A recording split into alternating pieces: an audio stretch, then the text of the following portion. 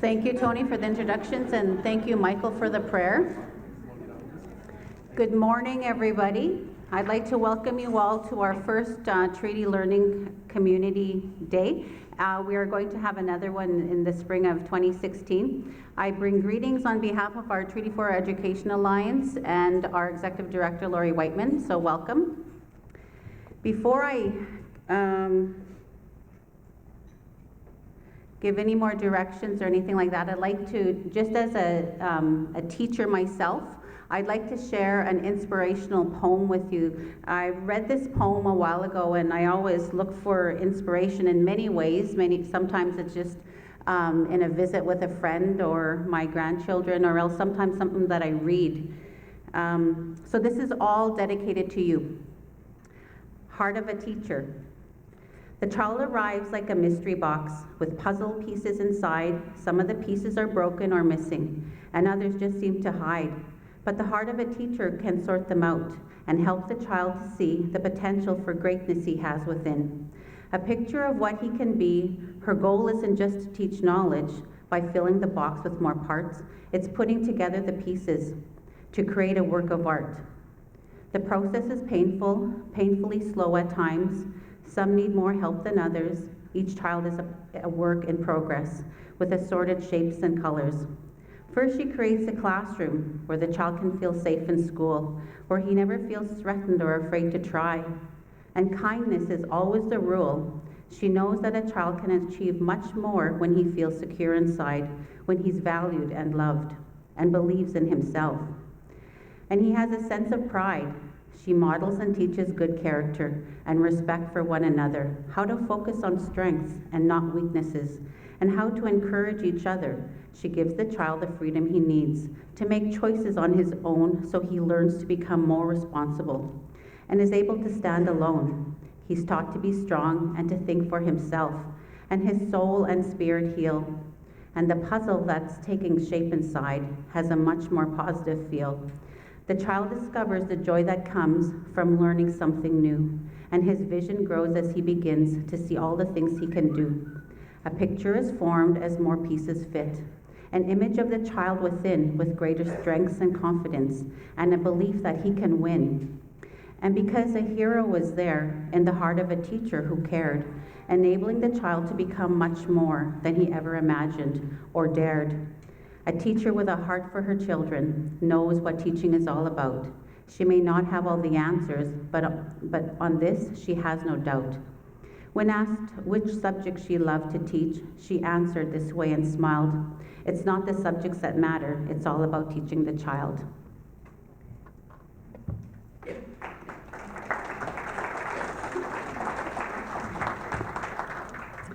So with that, I'd like to introduce Sam McCaig. She's born and raised here in Regina. Some of you will know her famous voice. A graduate with 2 degrees from the University of Regina.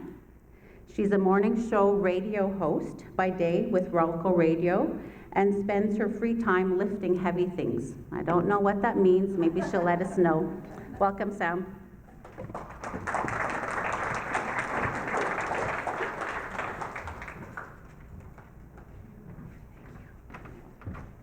Thank you. Hello.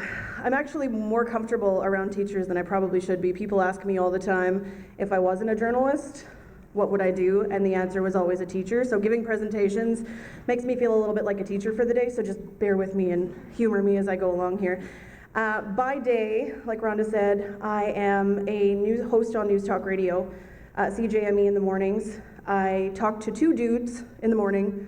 So talking to a room full of people is a little different for me, but not something that I'm foreign to. I also do the news on Z99 in the morning, so you probably have heard my voice before, you just aren't used to seeing me. The beauty of radio is I get to be mostly anonymous.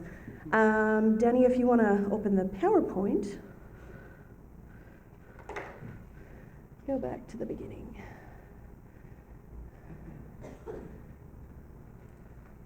Okay. So if you want to go to the next one. So those are my co-hosts, Don Saxon and Warren Woods. That's what we all look like, in case you're wondering. So if you ever run into them on the street, now you know what they look like as well. By night, afternoon, whenever I get a chance, I'm a competitive strong woman. I've been doing it for 2 years, and it is probably one of the most non-traditional sports you can put a girl in. It's only been around in Regina for 2.5, 3 years, and it's what you've seen on TV. It's the world's strongest man competitions, lifting the crazy logs over your head. That's Atlas stones, if you want to go to the next one. Sorry, Denny's got to push buttons for me today. That's called the Hercules hold on the left. They literally, it's a grip exercise. The one on the right is a log. So that's what I'm here actually to talk to you today about, because goals are goals are goals. And I know that you guys are going to be talking a lot about goal setting today.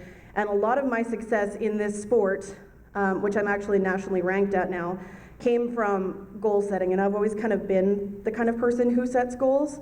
So let me run through what strongman is. So there are 5 typical events in strongman. They vary from show to show. They're never the same, and that's because the goal is for you to be the strongest overall person in the competition. So there's a pushing event, so you'll usually push things over your head. They asked me if I'd lift things today. You don't want me to do that. You could squat things, put them on your back, squat them up and down, or throw things like giant kegs over bars. You could think of it like a discus in the Olympics, stuff like that. The pole events would be a deadlift, lifting a heavy object off the ground, or vehicles. You could drag them, pull them. If you've ever been here for Canada Day, you've seen the Western Canada Strongest Man competition. Same thing there. Carrying events are the only cardio you see in strongman. Picking up sandbags, kegs, yokes, those kind of things, running for them with time. They're all, of course, very heavy. There's grip events, which you are testing your hands. There's no using straps, there's no using gloves. It's to prove that you have strong hands. And then the last event is the quintessential strongman event, which is the big Atlas stones, which are a lot easier and harder than they look all at the same time. So how I got here, I started powerlifting in group fitness classes in 2012. That was the first time I ever picked up a barbell. Have any of you ever give me an idea, who's picked up a barbell here? Okay, so this isn't foreign to too many people. In 2013, I swapped to strongman. I'd hired a trainer. I wanted to be a power lifter. And he said, you're kind of naturally strong, but you're really clumsy. And strongman, in a lot of cases, it doesn't matter how you get it there, as long as you do, where in powerlifting, it's very technical. There's a lot of things that have to be followed for a lift to go through. So I went, okay, I'll try it. So in May 2014, I did my first competition and did surprisingly well. Managed to qualify for Canadians that year and did okay by standards. And in January of this year, I switched to a strongman gym because I realized that I wanted to actually make a go in this sport. And I hired a professional strongman as my coach and finished 3rd in Western Canada back in May. And then in September, just a couple months ago, finished 6th in the country. So it's gone really well for me, and all of it is because of goal setting. So I want to show you a tale of 1 year, the difference between the first competition and the difference between the second competition, and also to give you an idea of what strongman looks like. It's really hard for me to watch the first video because at the time I thought it was great, but you'll see in the second video how much stronger I am, and it'll also give you an appreciation for what the heck I'm talking about.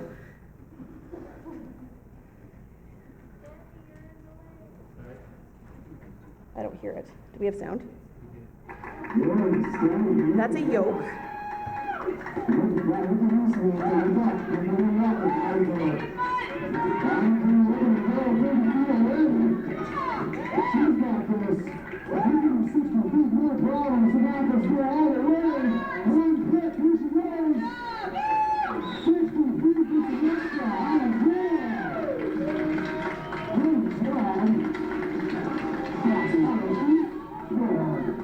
This is a deadlift. That's 315 pounds.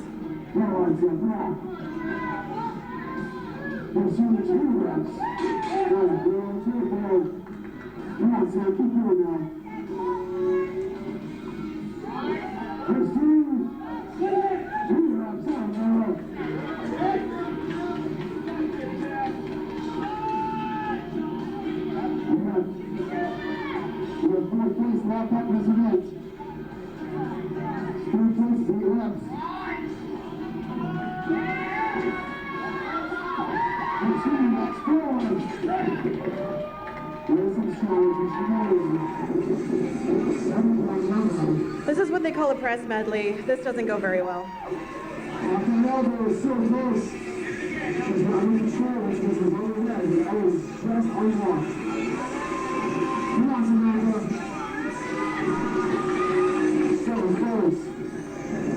On the axle, 1 flight now, 2-inch stiff axle. Switch shoulders. 6 right hands. Come on now. Very close. Use those legs. Use those legs. Take the drive. Up and back over your leg. So close. Next since you're going to walk it out. Come on. Let's try now. So close to the axle. We're going to try left. It doesn't get any better, in case you're wondering. This press medley doesn't go well. Come on, Samantha. You can do this. There you go. Hands underneath. Get set. 5 seconds. Oh, not good. 6 down. I took it. There's your rules. There's 1% already. Good job. Now go up the ground, gets to the end of the curve. Before that. There's 2% though. All right, 2 points now. Doing a good pace here. There's a 3-1 ball. Just slip. Cheers, you gotta be careful. There goes that third flip out. Girl, there she goes. Halfway in her tight flip. Push. There's 4. Alright, girl, 2 more. 5 on the counter. 6 flips. There's your 5th flip. 1 more round of applause. Push like that shot. Push. Oh my God, she's got a tight flip. And the farmer's walk. 160 pounds for the farmer's 4 man. 25 seconds left. 300 pounds, 4 weights, 160 pounds in each ball. Let's go. Ladies and gentlemen. 164. Go. She's doing good. 160 pounds. All right, to you guys. One more pushing that time.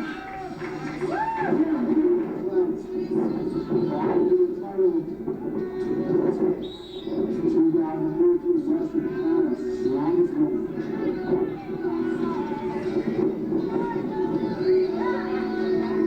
I don't know. Don't stop before you ever guard. Put your hands right down the rubber. Get as deep as you can. Pull your fingers in. There you go. Come up, dude. I'm going to stand strong.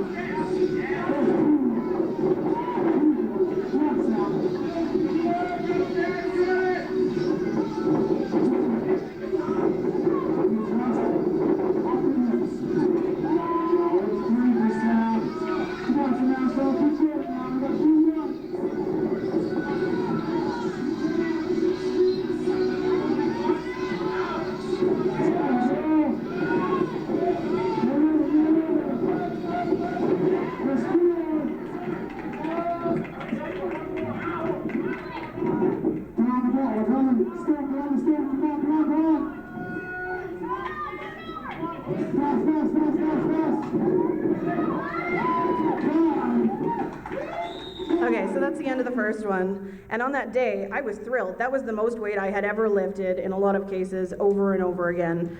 And I finished 5th, and that was good enough to send me off to Canadians. The farmer's walk you saw there, the 160 pounds a hand thing that I picked up and kept dropping, I managed to do that for 205 a hand 3 months later, and did it for 90 feet, because I had just changed. Suddenly this was a goal for me. So fast forward 1 year later, I hope that you guys are finding this interesting.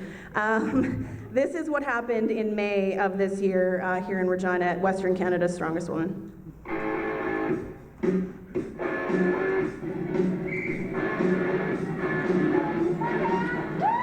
This is 145 pounds.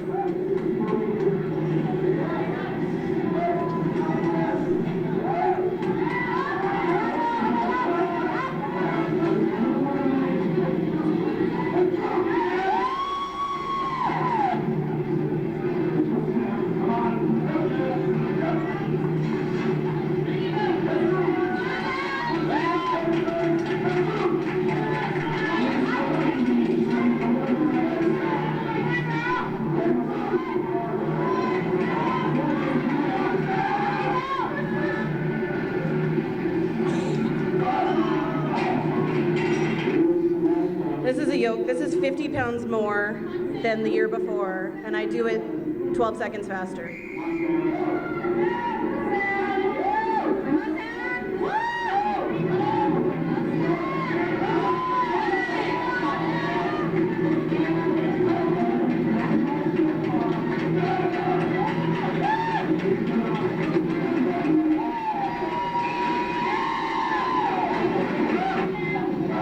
£400 deadlifts.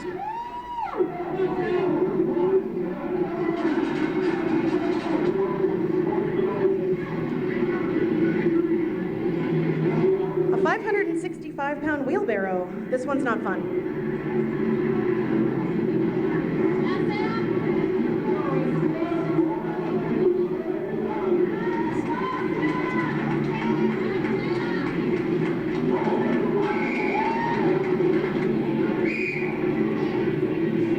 Followed by a 620-pound wheelbarrow.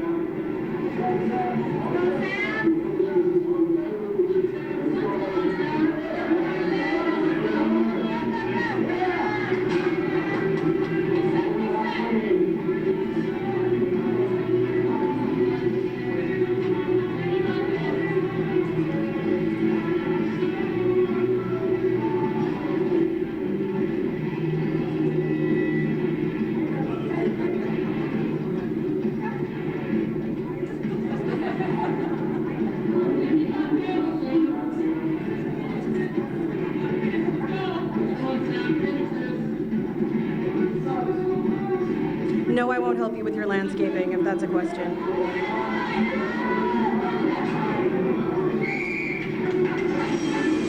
This is a 230-pound stone.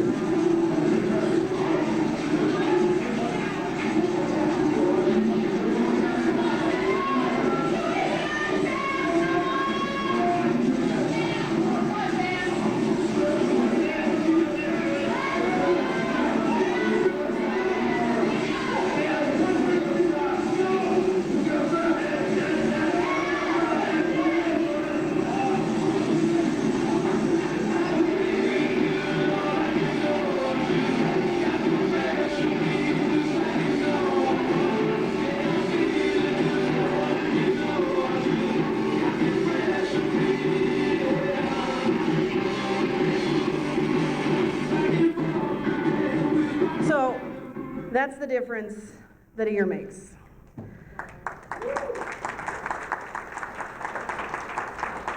Now I realize not all of you are going, I am not going to do that. Why is she standing up here? This is not a promo for Strongman. But the goals part of it is transferable to what you guys are doing. I understand that right now that you're working really hard on gathering data on your students. And a lot of what I do in my sport is gathering data. And I know you're all teachers, and so there's a very good chance you've seen this before, the SMART method of setting goals. And I use this all the time with my coach, making sure that I have a specific goal. From the first competition in 2014 to 2015, you can see that my overhead press was garbage. It was not good. I was not good at it. And so that was one of the big specific goals that we had. It was also to improve my deadlift, which went from 315 to 400. And it had to be a measurable goal. And while I wanted to improve my pressing, it wasn't a case of I need to hit a certain number. Everyone has numbers they'd like to hit, but it was to get better. And so we measure that with numbers. It had to be attainable. It's really easy to say I'd like to deadlift 500 pounds, and at Nationals in September, they tried to make me deadlift 500 pounds. There's a video on my phone I can show you to tell you it didn't happen. I didn't add 100 pounds to my deadlift from May till September. It's not humanly possible. It needs to be relevant to what you're doing. For me, being a strong woman, I am not going to set a goal to run a marathon at the same time. You can't do it. Your body physically can't train the same kind of system you need to physically run a marathon as you do in strength sports. It's not possible to do well at both. And you need to have a timeline, because otherwise it's a goal that goes on forever. So here's an example of how it works in strength sports.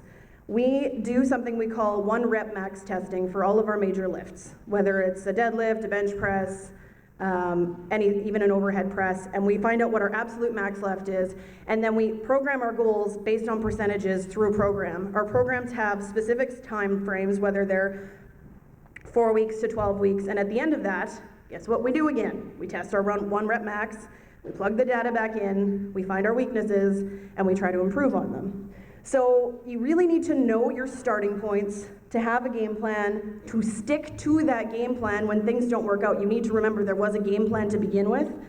Ask for help if it's not working. That's why I hired a professional strongman as a coach. And do the work. If you don't do the work, you don't get out anything. It's really easy to have a plan, but if you don't execute the plan, none of this would work. So, actually, you can go to the next one. So there's a lot of mistakes that people make when they set goals, though. And there's 4 main ones. And the one that I'm the biggest proponent of is writing them down. Before a competition, I have the events for my show in my bathroom on my mirror. They're on my fridge.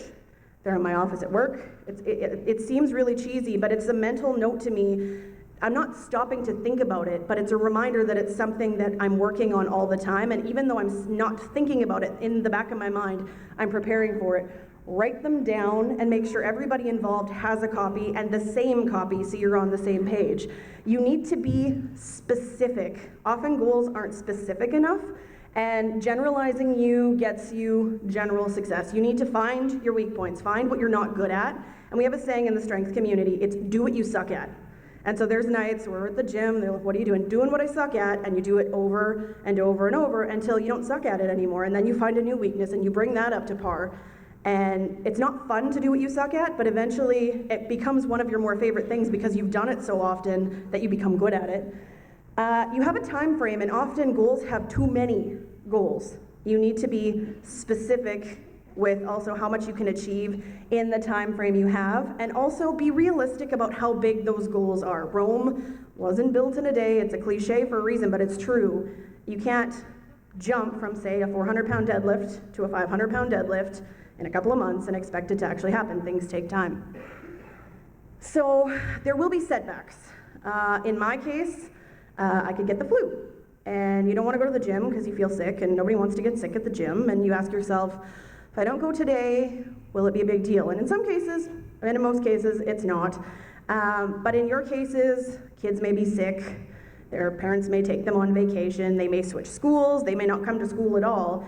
You need to know the difference between a setback and complete failure. And I don't want to use the riders as an example right now, but you guys can choose what category that falls into. But very, very rarely is it a complete failure. There's usually something you can salvage from the plan. And you need to know if what you have is an excuse or a real reason, because a lot of times we find ourselves making excuses. And laziness is not a reason, it's an excuse. Just because you don't want to do something doesn't mean you can't do something, and I've learned a lot about that, let me tell you, in the last 6 months. So again, just to go over that, specific, measurable, attainable, relevant, and a timeline. Write it down. That's my biggest advice for you. And when you're done, evaluate. This, I've seen this graphic a number of times, and I think it's really important for people who are seeking continuous improvement. It's easy to have a goal like a wedding day, where you plan something finite and you have an end date and that's it, that's all, you plan to a date and that's it. But when you have goals that need continuous improvement, you have to think of it as a cycle. I actually finish off my first week of off-season programming next week, and the week after that, we do 1 rep max testing, we plug in the data, and I start all over again. Goals are goals are goals, and I think that I hope that this applies to you, and if you want any of the graphics that I've got in here or whatever, Megan's got them, and I'd be happy to share them with you, and that's all I have to say about that. I guess if you have questions, I can take questions, but I don't know if you do or not. No questions. All right. Thank you so much, Sam. I am totally inspired.